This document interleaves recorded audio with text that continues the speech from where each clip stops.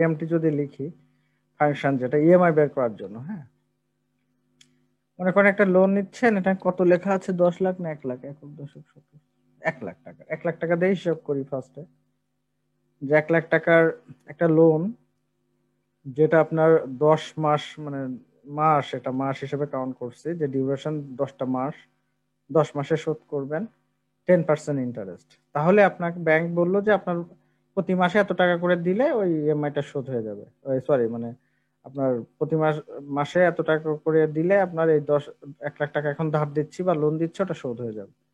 তো ব্যাংক যেটা বললো আপনাকে ইএমআই হিসাবে বা মান্থলি যে ইনস্টলমেন্ট বলেন, ওটা আসলে ঠিক আছে কিনা বা আসলে কি হিসাবটা কেমন, তো সেটাই। তো আপনি পিএমটি দিয়ে প্রথমে বলছে রেটটা দিতে বলছে, রেট দিয়ে আমরা, রেট কোনটা, রেট এই যে এটা রেট, তাই না? কিন্তু এখানে হচ্ছে রেটটা কিন্তু দেওয়া আছে ইয়ারলি, পার ইয়ারে, দেখেন পার ইয়ার লিখছি এখানে। 10% যখন মানে ওরা রেট বলে কোনো ফাইন্যান্সিয়াল ইনস্ট্রুমেন্ট, ইনস্টিটিউট বা ব্যাংক, তখন কিন্তু ইয়ারলি বলে, মানে আমরা যখন বলি যে এত পার্সেন্ট, ওটা ইয়ারলি বলে। বাট এখানে আবার পেমেন্ট বলছে মাসে মাসে, প্রতি মাসে মাসে আমাকে দিতে হবে। এটা যদি ইয়ার থাকতো তাহলে ঠিক ছিল, বাট মাসে মাসে, সেক্ষেত্রে আমাকে ইয়ারলি যে কি বলে এটাকে ইন্টারেস্ট, সেটাকে আমি মান্থলি কনভার্ট করে নিব, তাহলে ভাগ করব 12 দিয়ে, ঠিক আছে? যদিও ফর্মুলাতে নাই, আমি করছি কারণ এখানে মাস করা বলে। এখানে যদি 10 বছর থাকতো তাহলে আর আমার এই কথাটা করা লাগতো না, কারণ এখানেও বছর এখানেও বছর। আশা করি বুঝতে পারছেন। তো এখন কমা দিলাম। এবার বলতেছে হচ্ছে এন পার, মানে নাম্বার অফ পিরিয়ড, মানে কত বা কতটা পিরিয়ডে আপনি পে করবেন, কয়টা ইনস্টলমেন্ট সেটা। তো আমি এখানে দেখা দিচ্ছি যে 10টা এন পার। এরপর কমা দেওয়ার পর বলছে পিভি, মানে প্রেজেন্ট ভ্যালু, মানে এখন যে টাকাটা আমাকে দিচ্ছে সেই প্রেজেন্ট ভ্যালুটা কত। তো এটা 1 লাখ টাকা, এটা দেখা দিলাম। তো এটা বেসিক্যালি ব্যাংকের স্টাইলে যদি ক্যালকুলেট করেন, সরি এখানে, হ্যাঁ দেখা দিলাম। আর পরে যেটা আসছে ফোর্থ থার্ড ব্র্যাকেটে, এটা এখন লাগতেছে না এফভি, ওটা আমি এখন দেখাচ্ছি না, ওটা অপশনাল। ওটা দিলাম। তো দেখেন এটা মাইনাস ফিগার আসে, হ্যাঁ, মাইনাস ফিগার আসতেছে।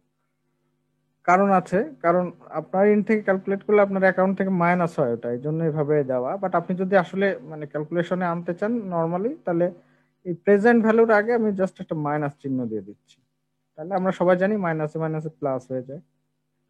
সেটা আমি দিয়ে দিলাম, তাহলে প্লাস ভ্যালুতে চলে আসলো। মাউসটা ডাবল ক্লিক নিচ্ছে, আবার ঠিক হয় আবার নষ্ট হয়। আচ্ছা, তাহলে আমার ইএমআই বের হয়ে গেল, যে আমাকে তখন ব্যাংক বলবে বা আপনি যার কাছ থেকে ধার নিচ্ছেন সেই প্রতিষ্ঠান বলবে যে আপনাকে প্রতি মাসে এই যে 10,464 টাকা 4 পয়সা করে দিলে আপনি 10 মাসে যদি দেন, তাইলে আপনার 1 লাখ টাকা শোধ হয়ে যাবে। তাহলে আপনি অ্যাকচুয়ালি কত পে করতেছেন দেখেন, আপনি এই টাকা পে করতেছেন গুণ 10 বার দিচ্ছেন তাকে, তাই না, 10, তাহলে টোটাল আপনি পে করতেছেন এত। তাইলে আসলে ব্যাংক বা যে আপনাকে ধার দিল তার লাভ হলো কত, ইন্টারেস্ট অ্যামাউন্ট যেটা আসতেছে কত হয়। আপনি পে করলেন এত টাকা, আপনাকে দিয়েছিল এত টাকা, 1 লাখ টাকা, তাহলে টোটাল 4,640 টাকা 38 পয়সা ওই প্রতিষ্ঠান বা ব্যাংক বা যার কাছ থেকে আপনি লোন নিচ্ছেন তার লাভ 10 মাসে।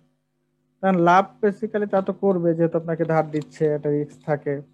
আর 10 মাস জিনিসটা টাকাটা খাটাচ্ছেন আপনি এক জায়গায়, টাইম ভ্যালু অফ মানি যেটা বলে আর কি ফিনান্সের ভাষায়। তো এই জিনিসটাই বেসিক্যালি বিজনেস ব্যাংক যেটা করে, যে লোন দেয়, লোন দিয়ে ইন্টারেস্টের এগেনস্টে আপনার কাছ থেকে বেশি টাকাটা লাভ হিসেবে ওরা নেয়।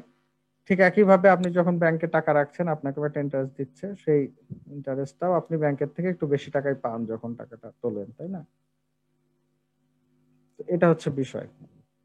এইটুক হিসাব, খুব মানে ফর্মুলাটা কিন্তু খুব সিম্পল। আমি জাস্ট এতগুলো কথা বলছি জিনিসটাকে ক্লিয়ার করার জন্য, অনেকে হয়তো জিনিসটা অলরেডি ক্লিয়ার আছেন বা অনেকে হয়তো নাও জানতে পারেন, এই জন্য।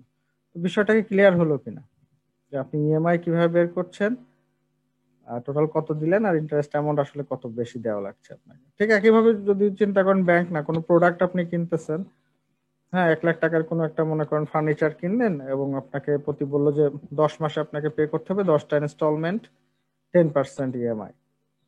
তখন আপনাকে যেখান থেকে কিনলেন সে দোকানদার আপনাকে বললো ভাইয়া আপনার পে করতে হবে প্রতি মাসে 10,464 টাকা করে। তা আপনি বললেন ঠিক আছে, আপনার 1 লাখ টাকার একটা প্রোডাক্ট 10 মাসে নিবো, আস্তে আস্তে 10,000 টাকা দিয়ে দিয়ে আমার হয়ে যাবে 10,464 টাকা দিয়ে। কিন্তু আলটিমেটলি আপনি টোটাল বেশি দিচ্ছেন হচ্ছে 4,640 টাকা, তাকে মেন প্রাইজের থেকে বেশি দেওয়া লাগতেছে আপনার দিন শেষে, মানে 10 মাস শেষে। এটাই বেসিক্যালি দোকানদারের লাভ, বা আপনার ওই টাইমটা আপনি যেহেতু আস্তে আস্তে দিচ্ছেন সেটা আর কি আপনার ইনভেস্টমেন্ট বলতে পারেন। এটা কি বোঝাতে পারছে?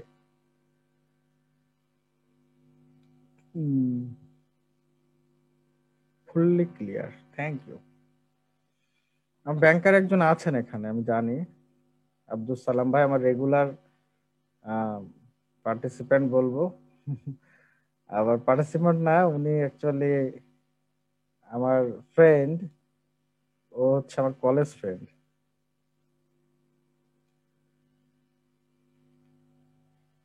আচ্ছা, ও এখন ব্যাংকার, ক্লোজ ফ্রেন্ড। ক্লোজ ফ্রেন্ড, হ্যাঁ অবশ্যই ক্লোজ ফ্রেন্ড। আমরা এখন যেহেতু ট্রেনিং এ আছি এই জন্য। বলে কি কি হাবিবুর রহমান ভাই, ফ্রেন্ড এন্ড স্টুডেন্ট, হ্যাঁ। আগে আমরা ক্লাসের শেষের দিকে তো এখন ডিসক্লোজ করতে পারি, প্রথম দিকে একটু ফর্মালি আপনি আপনি করতাম, ওরে বেসিক্যালি আমি তুই করে বলি, হ্যাঁ। যাই হোক, কেমন লাগতেছে? সালাম ভাই, সালাম তো আর ডাকি না, ডাকি অন্যভাবে। আচ্ছা, ভিডিও অন করলো কে? নাইস দোস্ত, থ্যাংক ইউ দোস্ত। তা ইয়ে করো, ব্যাংকে কেমন এগুলো লাগে তো না, ইএমআই টিএমআই সব তো লাগে যতদূর জানি।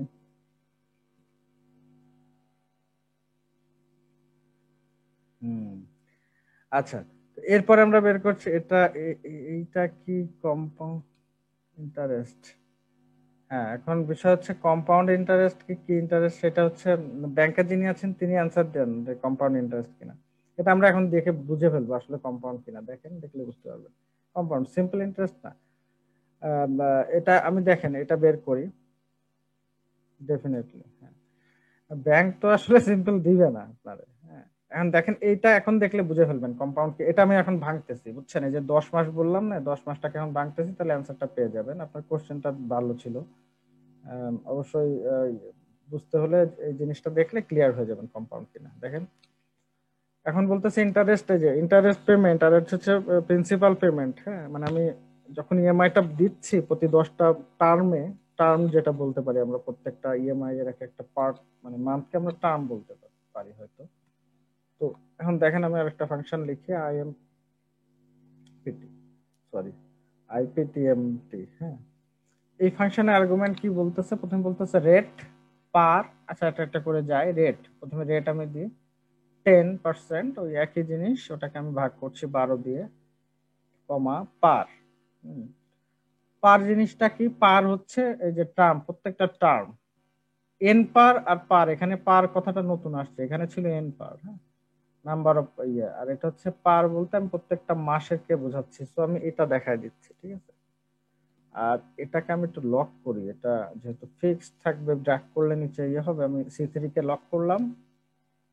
আর পার কে লক করলাম না, কারণ টার্ম দিলে প্রত্যেক মাসগুলো যেন রিলেভেন্টলি রেফারেন্স হিসেবে কাজ করে, রিলেটিভ রেফারেন্স হিসেবে কাজ করে, কমা। এরপরে বলছে এন পার। এবার হচ্ছে এন পার, এটা আপনার এই যে টার্ম নাম্বার, এটা দেখা দিলাম, এটা লক করে দিলাম, কমা।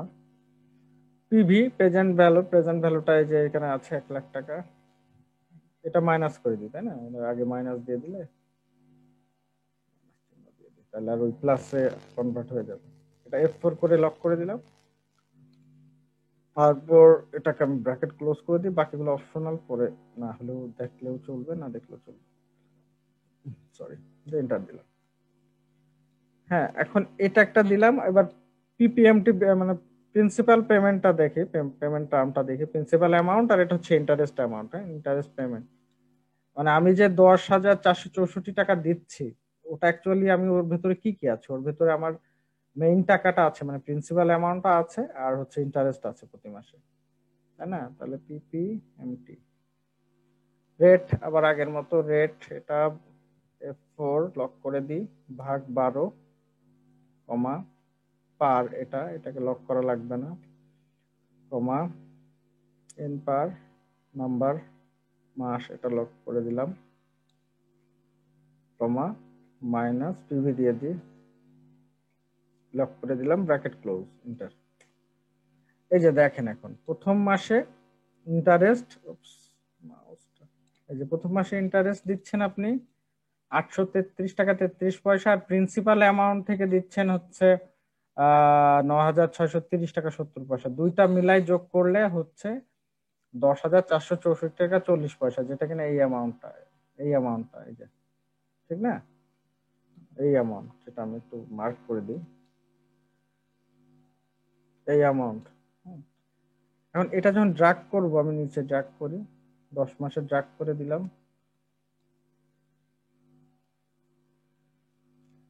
দেখেন আমার ইএমআই কিন্তু সব ক্ষেত্রে সমান থাকতেছে, মানে ইকুয়াল মান্থলি ইনস্টলমেন্ট না, আমি হচ্ছে ইকুয়াল, অর্থাৎ ইকুয়াল থাকবে ডেফিনেটলি। সো আমি প্রতি মাসে 10,464 যে মাস, এগুলো হচ্ছে মান্থ, নাম্বার অফ মান্থ, 1 নম্বর মাসে প্রথম মাসেও এটা দিচ্ছি, 10 নম্বর মাসে যেও আমি ওই একই অ্যামাউন্ট দিচ্ছি। বাট কথা হচ্ছে আমি যখন 1 লাখ টাকা 10টা ভাগে দিচ্ছি, 1 5 আচ্ছা 1 লাখ ভাগ 10, যদি 0% ইন্টারেস্ট থাকতো তাহলে নর্মালি আমাকে প্রতি মাসে 10,000 টাকা করে দেওয়া লাগতো, তাই না? কিন্তু আমি প্রথম মাসে দিচ্ছি 10,000, প্রতি মাসে দিচ্ছি 10,464 টাকা করে। এক্সট্রা কি কি শোধ হচ্ছে আমার প্রথম মাসে, আমার ইন্টারেস্ট অ্যামাউন্ট ওরা কেটে নিচ্ছে এত টাকা, তারপরে আমার প্রিন্সিপাল অ্যামাউন্ট থেকে এত টাকা মাইনাস করতেছে, যে আমি যে 1 লাখ টাকা নিয়েছিলাম সেখান থেকে 996 টাকা, সরি 9,630 টাকা 70 পয়সা আমার ওরা মাইনাস করে অ্যাডজাস্ট করে দিচ্ছে, দিয়ে আমার বাকি যা থাকে। হুম, তো এভাবে কিন্তু প্রতি মাসে আমার আস্তে আস্তে কমতেছে, দেখেন প্রথম মাসে প্রিন্সিপাল অ্যামাউন্ট থেকে এতটা শোধ হচ্ছে, তারপর মাসে এইভাবে এইভাবে করতে করতে লাস্টে আপনার ইন্টারেস্টটা কমে যায়, আর প্রিন্সিপাল অ্যামাউন্ট থেকে শোধ হয়েছে সবচেয়ে বেশি, এভাবে হয়ে আপনার টোটাল 1 লাখ টাকা শোধ হয়ে যায়, যে এইভাবে টোটালটা 1 লাখ টাকা, আর এভাবে ওদের ইন্টারেস্টটাও যদি যোগ করা হয় টোটাল 4,640 টাকা পেয়ে গেল এটা। আর এটা হচ্ছে প্রেজেন্ট ভ্যালু, জিনিসটা হচ্ছে পিভি দিয়ে আপনি বের করতে পারেন, মনে করেন আপনি পিভি দিয়ে প্রেজেন্ট ভ্যালু বের করা, মনে করেন আপনার হচ্ছে স্যালারির এগেনস্ট অনেক সময় লোন নেন, বা আপনি বলতেছেন যে ভাই আমি লোন নিব, বাট আমার যে হাসিয়াত আছে, বা আমার যে দিতে পারবো প্রতি মাসে শোধ করতে পারবো, আমি হয়তো 15,000 টাকা করে প্রতি মাসে আপনাকে দিতে পারবো।